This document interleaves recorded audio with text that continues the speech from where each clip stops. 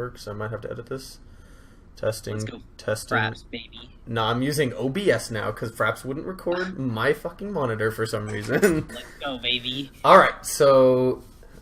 Hey, what's up, Planeswalkers? It's Matthew May coming at you again with another video for MTGWizard.com. Today, we're going to be doing a interview with SCG Dallas 2018 Modern Classic Grand Finalist Ian Thorne. How's it going, Ian? Pretty good. Alright, well today we're going to talk about his top 8 and his sideboard options versus all the decks. So let's go ahead and jump right in. So Ian, what was the first match that you played in top 8? Alright, so the first match I played in top 8 was actually against an Infect player. I played in like round 13 of the Swiss. Okay. In round 13 we had a very close match, and in the quarterfinals we did not. You messed him up then? Yeah, I 2-0'd him. And if I heard correctly, something about getting him to 6 on turn 2? Yeah, so on turn 1, he activated a fetch land to get a forest and played a Glistener Elf. He was on the draw. So on my second turn, I dredged a Stinkweed Imp, and it hit 2 lands and 3 Creeping Chills to put him down to 10 and me up to 29, which doesn't really matter against Infect. Yeah, because they're 10. And then brought back 2 Bloodghasts, which had haste because he was at exactly 10, and just swung him down to 4 on turn 2. That seems like the magical Christmas land of Dredge. Yeah, at a certain point in that match, I got a little lucky in the second game, and my opponent just said, "I think it's your weekend, Ian." Well, against Infect, what are your big sideboard helps? So I played against Infect twice in the Swiss, so I kind of figured out my sideboard plan beforehand because I had 2 midterms a week before that tournament, so I didn't get to practice at all. That tournament was actually the first time I played with Creeping Chill in my deck. Yeah, because guilds had just come out at the time, right? Like recently. Yeah. My sideboard plan for Infect in the past was conventionally just to sideboard into a control deck, basically. Okay. Because Infect's a lot faster than I am. So the plan there is kind of to chump block with Narcomoebas and Stinkweed Imps and really anything in the deck that can block. Mm-hmm.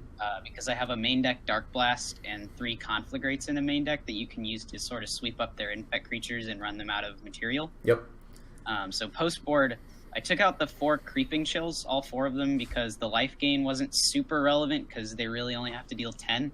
Exactly. And while the damage does help in a racing situation, I wanted to sideboard into the control deck. So I boarded out 4 Creeping Chills, 1 Bloodghast, because in matchups where you're sort of racing, and I know I just said I'm the control deck, so it doesn't entirely make sense, but Bloodghast can't really block, and we're looking to be a little slower, so we don't need all 4, so I took 1 out. Well, that makes a lot of sense to me because all of their creatures are hexproof, so you need things that can actually block and deal with their creatures. Yeah. So yeah, that definitely makes sense to me.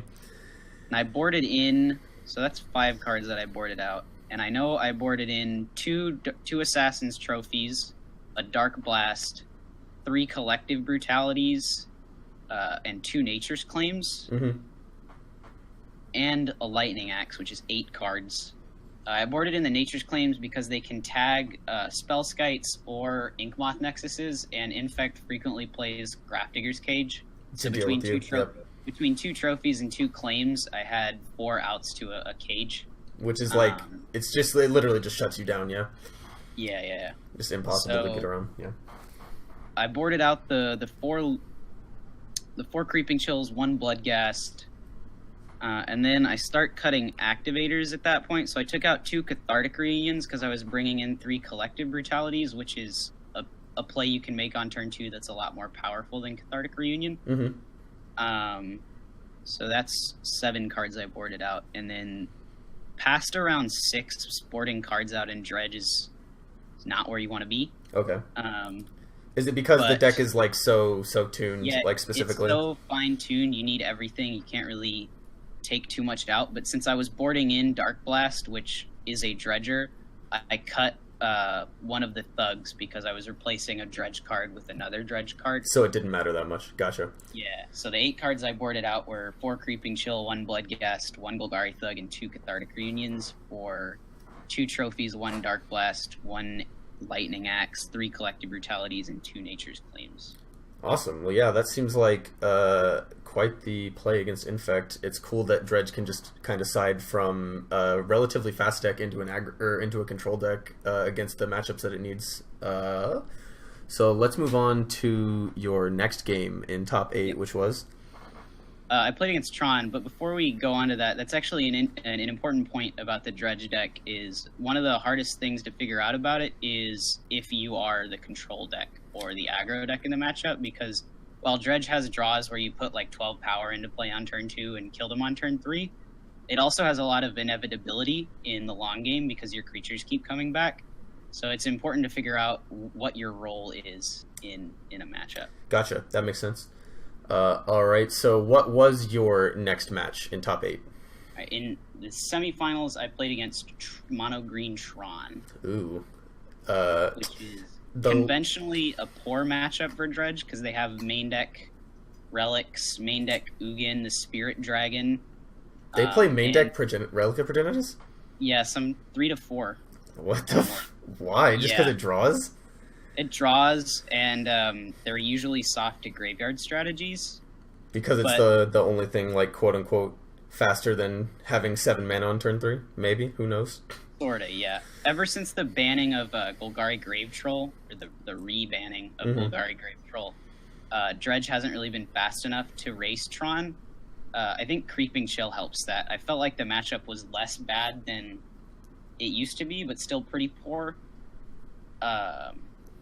Because outside of them playing Ugin -3 and exiling all your creatures, or like relicking you in game 1, also Wormcoil Engine just being a 6/6 with lifelink, because Dredge at its core, it's attacking with small creatures, and small creatures have a really rough time against a 6/6 with lifelink. Yeah. And then if they cast Ulamog, you're pretty dead, because it doesn't really have to hit you. If it attacks once, it mills you for 20, which is usually game. Yeah, especially in the 60-card formats. I'm a Degen Commander player myself, but it definitely seems like that will, X go and give it to you, as Ulamog might say. Yeah. So what was dead in the deck for you against Tron?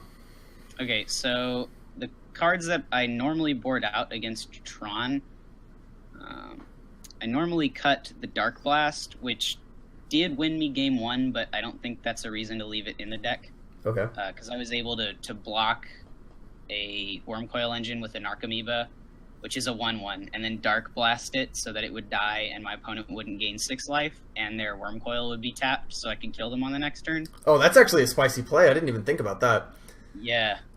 Yeah, that's pretty sick. And then you swing in with some... He had a second Wormcoil untapped, so I swung in with some Bloodghasts and some Narcomoebas and just Dark Blasted the Bloodghast that he blocked so he wouldn't gain life again. These are some next level plays. I didn't even think about using Dark Blast that way. Yeah, Dredge has a lot of fancy interactions that just kind of you notice as you play the deck more. I actually missed one in the semifinals. The commentators pointed out I could have won the game a turn earlier if I upkeep shrunk his Wormcoil down to a 5/5 with Dark Blast, dredged it, and then shrunk it down to a 4/4, because he wouldn't have gained enough life to survive my attack. Oh, wow, that's so many little things that go into these decks. That's just why Magic is such a cool game. The skill ceiling is literally non-existent. Exactly. There's always stuff to learn and figure out. But I did cut the Dark Blast despite the fact that it was good, because it doesn't really kill anything in their deck. It's only useful in those tricksy kill my own guy situations. Yeah, and you mostly don't want to be in the situation where you're killing your own guy, I assume.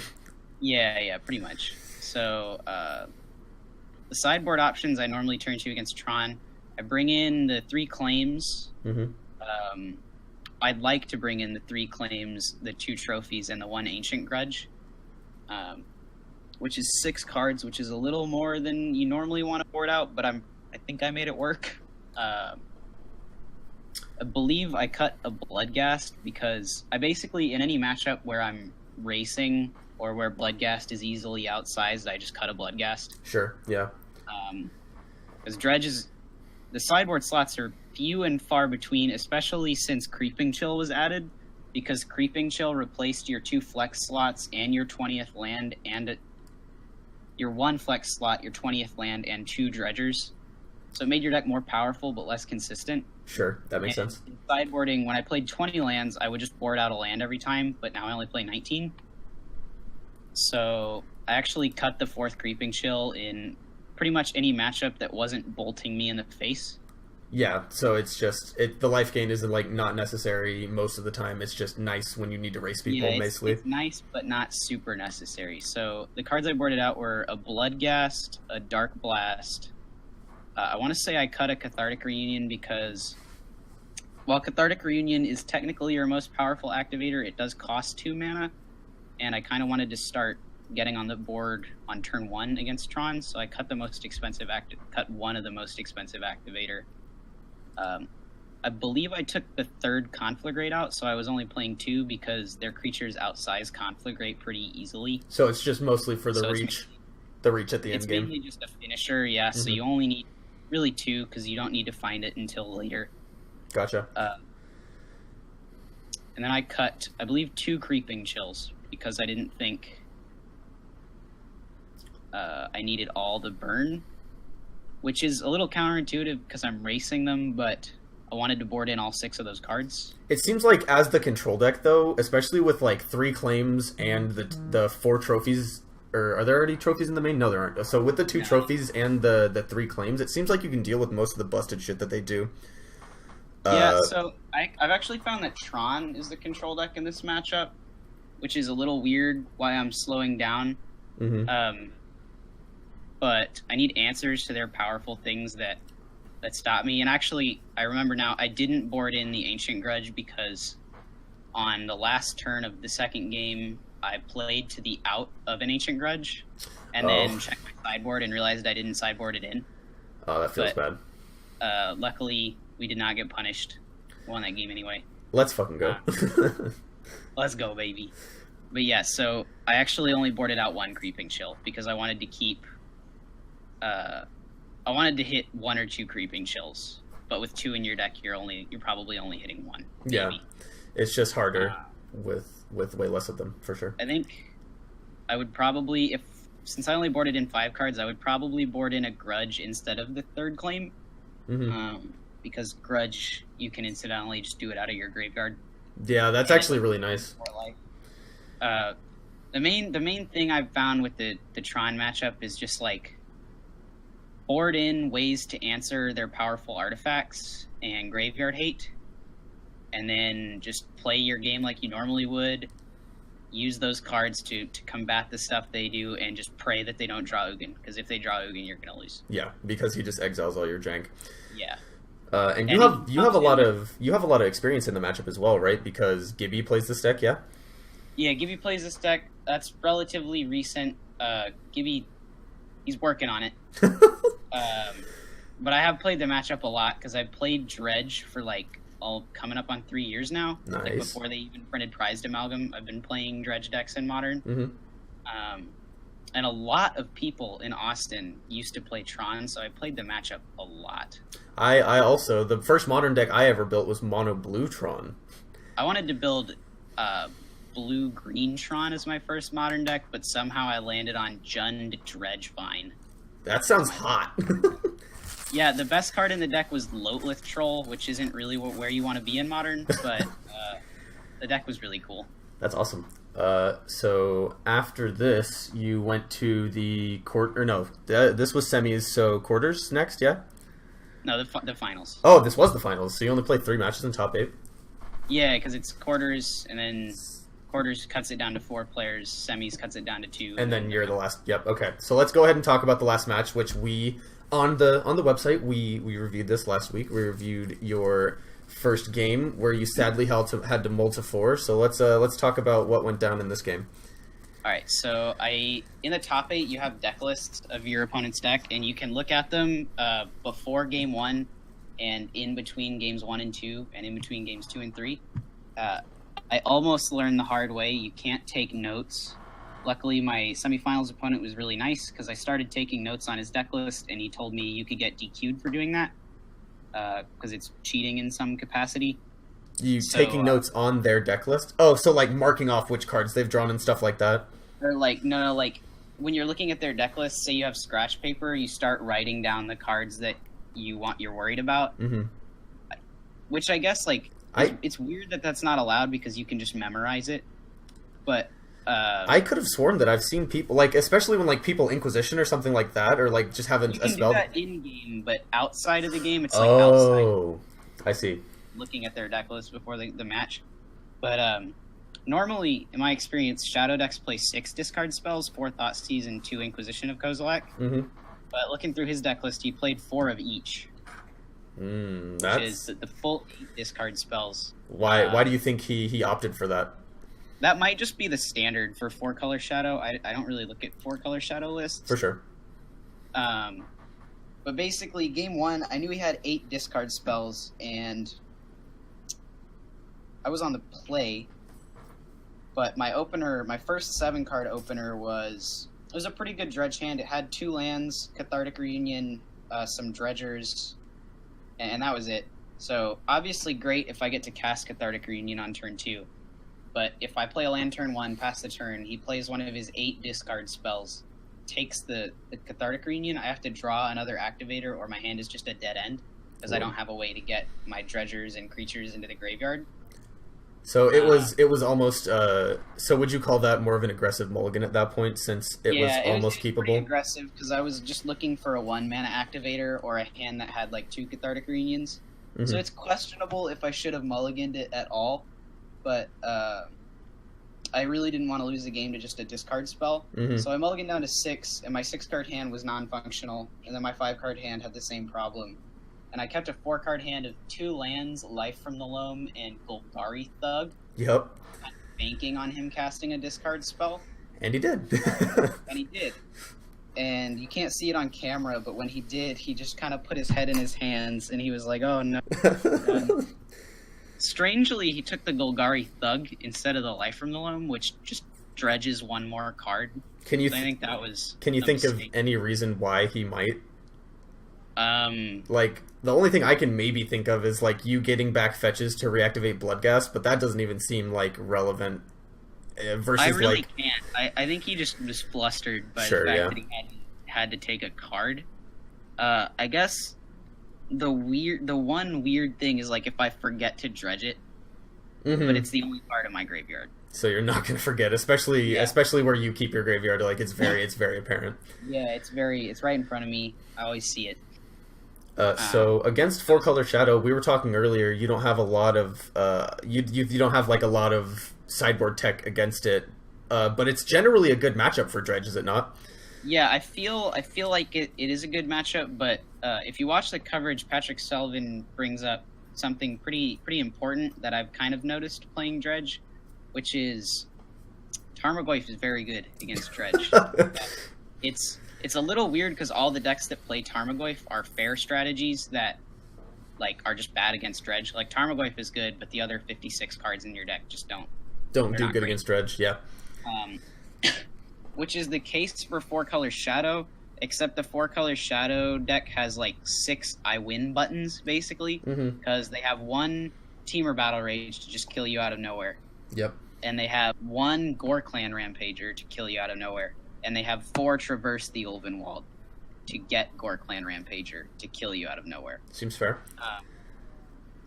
Which is important. Patrick also pointed out an important thing against Dredge, which is correct, is to be able to be fluid as to whether or not you are the control deck or the aggro deck, because it might change during the game. Oh, like the first 3 turns you might be on defense, but on turn 4 you've got to, like, turn the corner and kill them. Mm-hmm. Which is important because Dredge can do sort of a similar thing where it's being aggressive and then it sort of conflagrates your board away and then just leaves back a bunch of blockers type thing. That's interesting. You have to be able to pivot kind of as Dredge pivots, which the 4-color Shadow deck is way better at than regular fair decks because its creatures are so cheap and large. Mm-hmm. and then it can just kill you out of nowhere with those 6 like I win buttons. Mm-hmm. So yeah, it's important that Tarmogoyf is bigger than all my creatures and then can kill. But were we talking about the sideboard options? We were talking about the sideboard options. I figured you were going to talk about it because of Leyline. Yeah, so I was thinking, in retrospect, I wish I took a little break before the finals, but I didn't even get out of my seat. So I was a little nervous, and I was thinking for some reason, Leyline of the Void, it only exiles your opponent's graveyard. It doesn't exile yours. But I was thinking if I exiled his graveyard, it shuts off Traverse the Ulvenwald, which is true. But I was also thinking for some reason that it would make his Tarmogoyfs 0/1s, so that it shut off 8 of his 12 threats.